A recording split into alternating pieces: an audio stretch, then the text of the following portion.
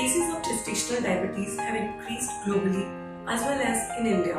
It is an emerging as a major health problem in our country. So what is gestational diabetes and how it can impact pregnancy?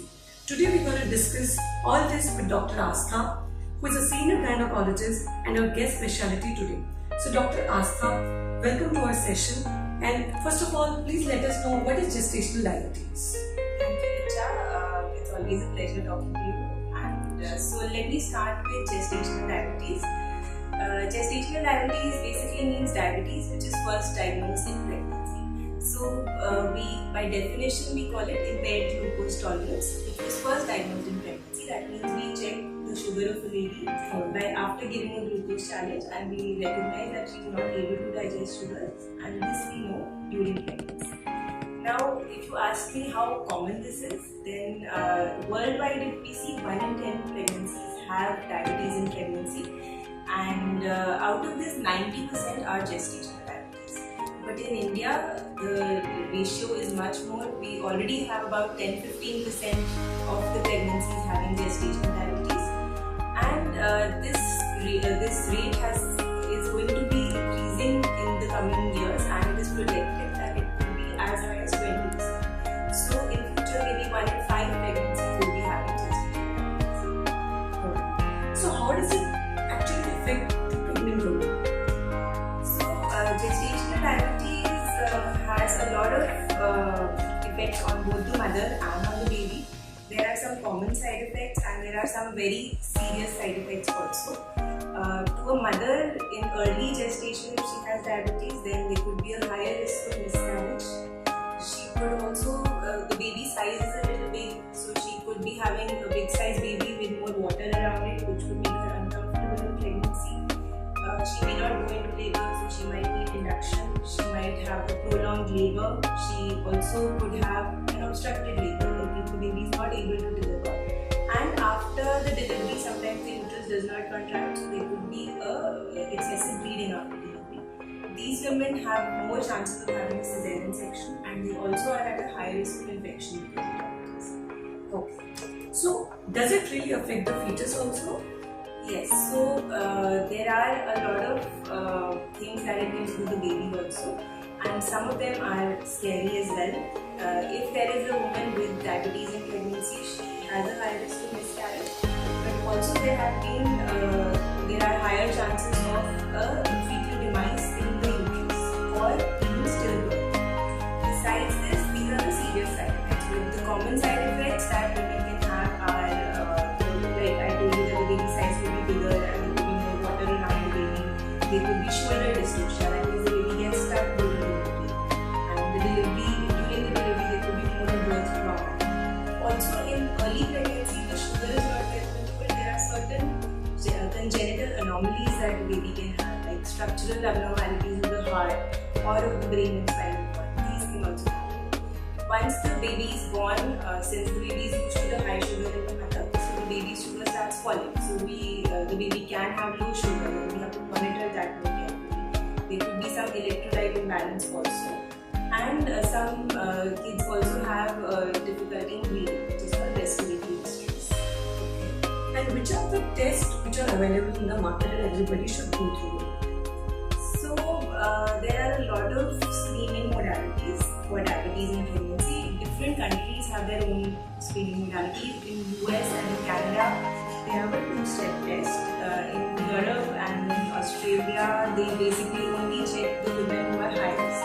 But in India, being Asian makes you high risk for gestational diabetes, so we check everybody. And we check it twice in pregnancy. We check one at the booking visit, and the other we check between the 24 to 28 weeks of pregnancy, which is the 6th month of pregnancy.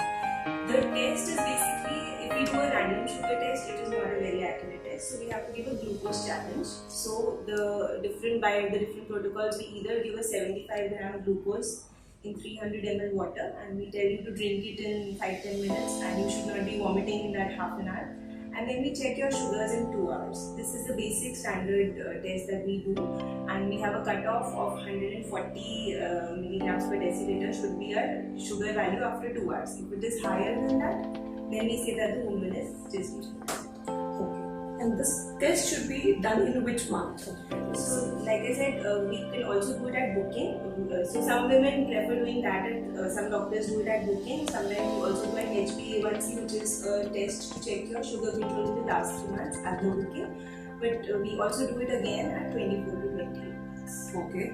So, I have couple of questions. So, if a couple has a family history of diabetes, then what precautions they should take before the conception to avoid this situation? So this is a very good question, because the best control of diabetes is if you control it before you get pregnant. So it is very important that women who are at high risk of gestational diabetes, which means that not just women who have a family history of diabetes, but also women who are obese, who have a BMI of more than 23 or 25, or women who are in age, they are more than 25, or if like ethnic origin, like we are as Asians are already high risk, or who have PCOD, or who have a family history of diabetes, or who have blood pressure, because blood pressure is also a high risk for gestational diabetes, and also diabetics can get high blood pressure in pregnancy. So those women, or who have high cholesterol, high triglycerides, or have some heart ailment, they should cure that first before getting into pregnancy.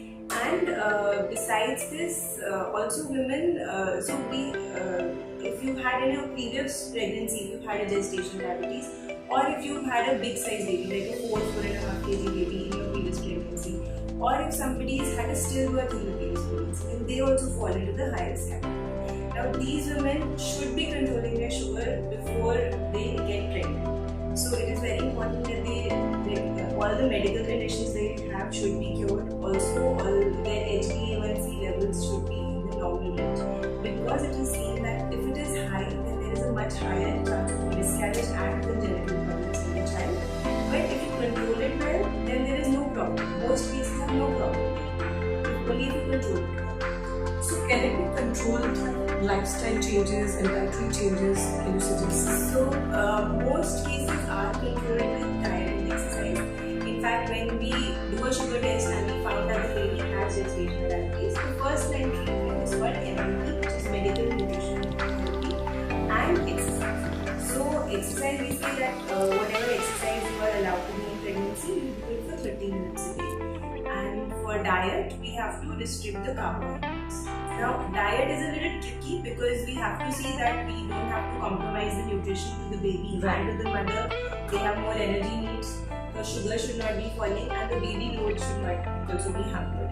So we reduce the carbohydrates by 30%. And it is a good idea if you get a diet plan by your dietitian, who, according to your weight gain in pregnancy, can make a specific plan. But the basic things that we follow is that you break your meals into, instead of big meals, you have smaller meals, and we would suggest you to have 3 meals plus 3 snacks. Instead of having one big helping, you break it into multiple meals.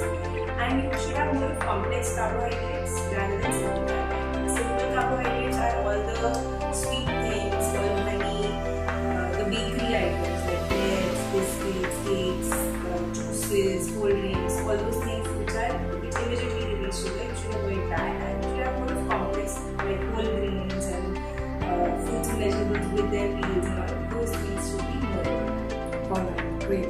So, doctor, what do you think? So, these mothers, are they really prone to get diabetes in the near future also? So, yes.